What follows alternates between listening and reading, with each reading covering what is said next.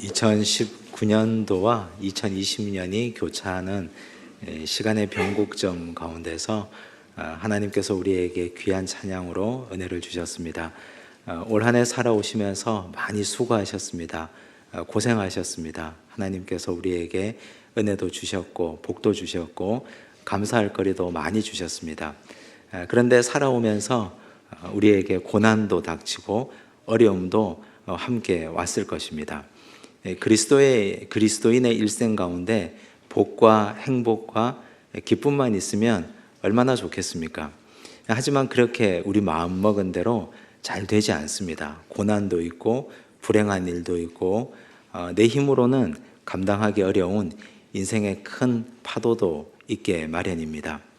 그런데 문제는 우리에게 문제가 오지 않기를 바라는 것이 아니라 우리에게 이미 다가온 문제를 어떻게 극복하고 이겨나가느냐 하는 것이 우리에게 주어진 당면 과제입니다. 그리스도인들도 믿지 않은 이들과 마찬가지로 항상 고난과 어려움을 겪을 수밖에 없습니다. 하지만 문제를 하나님의 자녀답게 풀어가는 것이 아주 중요합니다. 하나님의 자녀답게 풀어갈 때 그때 우리는 하나님의 자녀라 인정받고 인치심을 받을 수 있습니다. 2020년도 우리 교회의 표어는 찬양하라 여호와의 군대여 라는 주제를 가지고 나아갑니다. 찬양하라 여호와의 군대여, 이것은 단순한 찬양만을 의미하지 않습니다. 우리 인생에 닥쳐오는 수많은 문제들을 이겨낼 수 있는 힘과 능력을 의미합니다. 오늘 우리가 함께한 이 말씀 통해서 하나님께서 앞으로 다가올 수많은 어려움과 고난을 어떻게 극복하기를 원하시는지 그 방법과 길을 함께 모색해 나가기를 바랍니다. 오늘 읽은 이 말씀의 배경은 남유다 여호사밧 왕 때입니다. 그 당시 북이스라엘은 아합 왕이 통치하고 있었습니다. 그런데 문제가 생겼습니다. 여호사밧 왕 때에 전쟁이 일어났습니다. 고대 시대의 전쟁은 다반사로 일어나는 것인데, 그런데 이 전쟁은 여느 전쟁과는 달랐습니다. 1절 말씀 우리가 읽지 않았지만 역대하 20장 1절 말씀을 보시겠습니다. 1절 말씀에는 이렇게 되어 있습니다. 함께 읽습니다.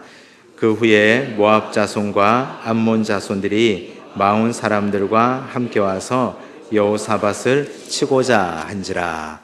모압, 암몬, 마온. 여기서 마온은 에돔 사람을 말합니다. 이 세 민족 연합군이 남유다를 향해서 진격해 왔습니다. 한 민족도 감당하기 어려운데 세 민족이 연합군을 이루어서 함께 쳐들어왔습니다. 이건 굉장히 국가적으로 어려운 상황입니다. 1대1로 붙어도 이길까 말까 한데 세 민족이 함께 들어오는데 정말 답답한 상황 아니겠습니까? 그런데 이런 상황이 그 옛날 이들에게만 있던 것이 아니고 오늘 우리에게도 불어닥치는 고난입니다. 고난이 한 가지, 1년에 한 가지씩만 오면 우리는 넉넉히 감당할 만할 것입니다. 그런데 그렇게 오지 않습니다. 올 때 한꺼번에 몰려옵니다. 2가지 혹은 3가지 그 이상씩 한꺼번에 쏟아져 들어옵니다. 그러면 이겨내기가 쉽지 않습니다. 2019년 한 해를 정리해 보면 국가적으로 어려운 일이 많이 있었습니다. 우선 경제적으로 한일 과거사 문제 때문에 촉발된 한일 무역 전쟁이 소상공인들을 무척 힘들게 했습니다. 그로부터 시작된 경제적인 여파가 지금까지 또 앞으로 얼마나 오래 갈지도 모르는 일입니다. 아프리카 돼지열병으로 축산 농가가 큰 피해를 입었습니다. 정치는 또 어땠습니까? 좌우로 진영이 나뉘어져 있었고 정치 지도자들은 좌우를 부추기기에 급급했습니다. 누구 하나 중간에 나서서 중재하는 사람은 찾아보기 어려웠습니다. 도덕과 윤리는 땅에 떨어졌고 정치인들, 지도자들의 민낯을 우리는 똑똑히 보았습니다. 북한 핵 문제는 여전히 해결되지 않고 여전히 우리에게 위협 세력이 됩니다. 북한은 핵을 가지고 지렛대를 삼고 미국과 대화하려고 시도하고 있습니다. 전 세계는 여전히 그 문제를 해결하지 못하고 올해도 이렇게 넘어가고 있습니다. 어디 국제적인 문제, 국가적인 경제적인 문제뿐입니까? 우리 개인의 문제, 가정의 문제도 보면 한두 가지 문제가 아닌 것이 한꺼번에 밀려옵니다. 어떻게 해결해야 될까요? 그냥 우리가 가만히 앉아서 이 문제를 그대로 맞설 수는 없지 않겠습니까? 하나님의 방법대로, 그리스도인들은 그리스도인의 방법대로 풀어가야 할 것입니다. 오늘 이 본문에 여호사밧이 이 문제를 풀어간 방법이 우리에게 지침이 되기를 바랍니다. 우선 이 여호사밧은 이렇게 세 민족이 한꺼번에 몰려올 때 하나님 앞에 섰습니다. 13절을 보시겠습니다. 함께 읽겠습니다. 유다 모든 사람들이 그들의 아내와 자녀와 어린이와 더불어 여호와 앞에 섰더라. 하나님 앞에 섰다. 이 말이 어떤 의미일까요? 문제가 있는데 문제 앞에 서지 않고 돌아서서 하나님 앞에 섰다는 뜻입니다.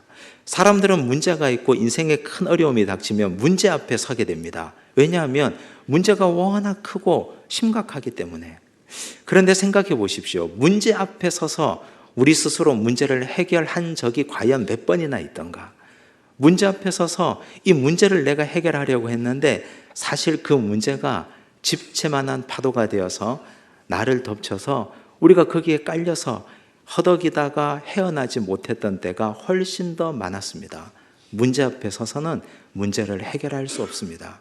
정말 문제를 해결할 수 있는 문제의 핵심이 되는 하나님 앞에 서야 우리가 이 문제를 해결할 실마리를 잡을 수가 있습니다.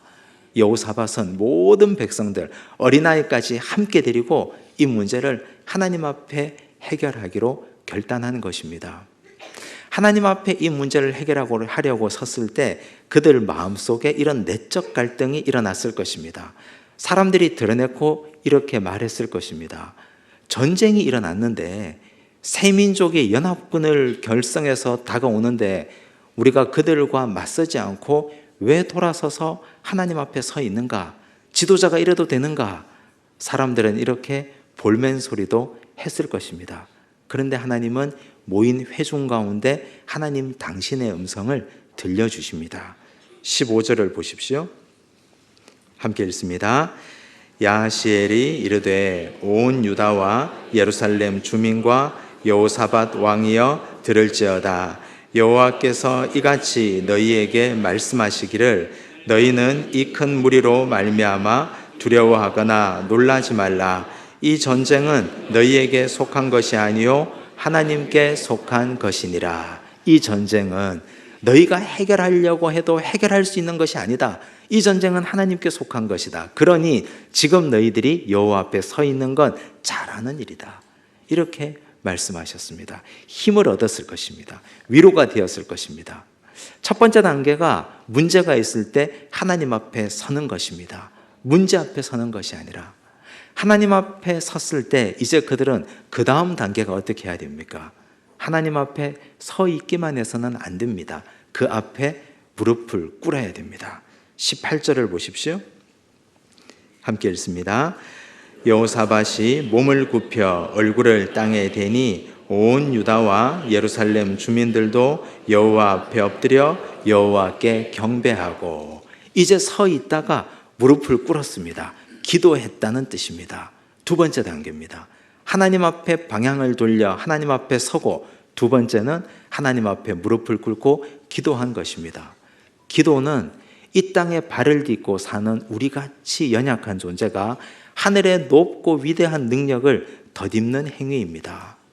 사실 우리는 흙으로 지어진 존재 아닙니까? 능력도 없고 힘도 없습니다. 할 수 있는 것이 별로 없습니다. 그저 밥을 축내는 것 이외에는 내가 가진 조금의 재능 가지고 먹고 사는 것 이외에는 할 수 있는 것이 별로 없습니다. 인생에 커다란 위기와 어려움이 닥쳤을 때 우리가 할 수 있는 건 하나님 앞에 방향을 바꾸어서 엎드려 기도하는 것밖에는 할 수 있는 것이 없습니다.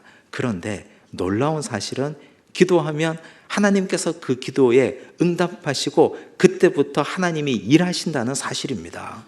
다니엘을 보십시오. 느부갓네살 왕의 포로로 잡혀갔습니다.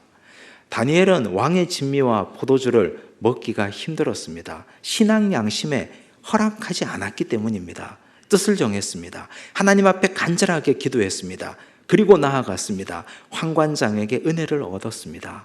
하나님께서 그를 윤택하게 하시고 얼굴빛이 훨씬 더 좋게 만들어 주셨습니다. 노년의 다니엘, 그는 여전히 하나님을 잘 섬기는 하나님의 백성이었습니다. 그런데 그를 시기했던 무리가 그를 잡아다가 사자굴에 집어넣으려고 했습니다. 아랑곳하지 않습니다. 하루에 3번씩 창문을 열고 하나님 앞에 기도하고 예배드렸습니다. 사자굴 속에 들어갔습니다. 기도한 후에 사자굴 속에 들어가니 천사가 사자의 입을 봉했습니다. 역사가 일어났습니다. 놀라운 일이 벌어졌습니다. 기도하는 자에게 하나님은 이렇게 일하시고 역사하신다는 사실입니다. 우리는 지난 한 해 동안 기도의 골방은 세상을 이깁니다. 이 주제로 달려왔습니다. 1년 동안 열심히 기도하신 줄로 믿습니다. 보이는 곳에서나 보이지 않는 곳에서나. 그런데 기도라는 것이 1년만 하고 어떻게 그칠 수 있는 것이겠습니까? 삶을 마치는 그날까지, 우리가 하나님 나라가는 그날까지 끊임없이 기도하고 우리의 연약과 부족함을 주께 아뢰고 기도해야 할 줄로 믿습니다. 기도하면 역사가 일어나고 하나님의 손길이 우리의 연약한 인생 가운데 머물러 계실 줄로 믿습니다. 그런데 여기서 여호사밧은 역사상 유례가 없는, 전쟁사에 기록이 없는 더 한 가지 놀라운 일을 덧붙입니다. 19절을 보십시오. 함께 읽습니다. 그앗 자손과 고라 자손에게 속한 레위 사람들은 서서 심히 큰 소리로 이스라엘 하나님 여호와를 찬송하니라. 레위 사람들이 먼저 하나님께 찬양 드렸습니다. 그 다음 더 놀라운 일이 생깁니다. 21절을 보십시오. 함께 읽습니다. 백성과 더불어 의논하고 노래하는 자들을 택하여 거룩한 예복을 입히고 군대 앞에서 행진하며 여호와를 찬송하여 이르기를 여호와께 감사하세 그의 인자하심이 영원하도다 하게 하였더니. 노래하는 자들, 찬양대입니다. 오늘 여기 계신 우리 성가대처럼 찬양대에게 예복을 입혔습니다. 성가대 가운을 입힌 것입니다. 그리고 군대 앞에 세웠습니다. 사람들은 이런 걸 보고 깜짝 놀랐을 것입니다. 오해하는 분들도 있었을 것입니다. 총알바지로 쓰려는 것인가? 적들이 먼저 칼을 휘둘러대면 군대가 다치기 전에 민간인이 먼저 죽으라는 뜻인가? 사람들은 이렇게 오해했을 것입니다. 하지만 그런 것이 아닙니다. 군대 앞에 하나님의 찬양대를 세웠습니다. 이 순서가 중요합니다. 군대가 의미하는 것이 무엇입니까? 왕의 권능이고 왕의 능력입니다. 군대는 왕이 할 수 있는 모든 힘의 집합체가 다 군대에 집약되어 있습니다. 그런데 사람이 할 수 있는 힘과 사람이 동원할 수 있는 능력에 앞서서 하나님께 먼저 찬양하겠다는 결단입니다. 이것은 하나님께 찬양하며 감사하겠다는 여호사밧의 놀라운 결단입니다. 전쟁은 사람에게 속한 것이 아니고 하나님께 속한 것이라 했으니 이 전쟁 하나님께서 승리하게 하실 줄로 믿고 제가 찬양대를 먼저 세워서 하나님께 찬양하고 감사 노래를 드리겠습니다. 그 다음 하나님이 책임져 주십시오. 담대하게 기도하고 나아가는 놀라운 믿음의 백성들의 행위입니다. 우리는 보통 어떻게 합니까? 군대가 앞서고 그 뒤에 찬양대를 세우지 않겠습니까? 군대가 먼저 가서 전쟁에서 승리하게 하시면 그 다음 찬양대가 가서 찬양하겠습니다. 승리를 주십시오. 승리하게 하시면 그 다음 찬양하겠습니다. 보통의 사람들은 이런 순서를 가지고 하나님께 말씀드릴 것입니다. 하지만 여호사밧과 남유다 백성들은 달랐습니다. 먼저 찬양하고 먼저 하나님께 감사하면 이 군대가 칼을 들 필요도 없이 하나님이 해결하실 것이라는 놀라운 믿음의 고백과 확신이 있었던 것입니다.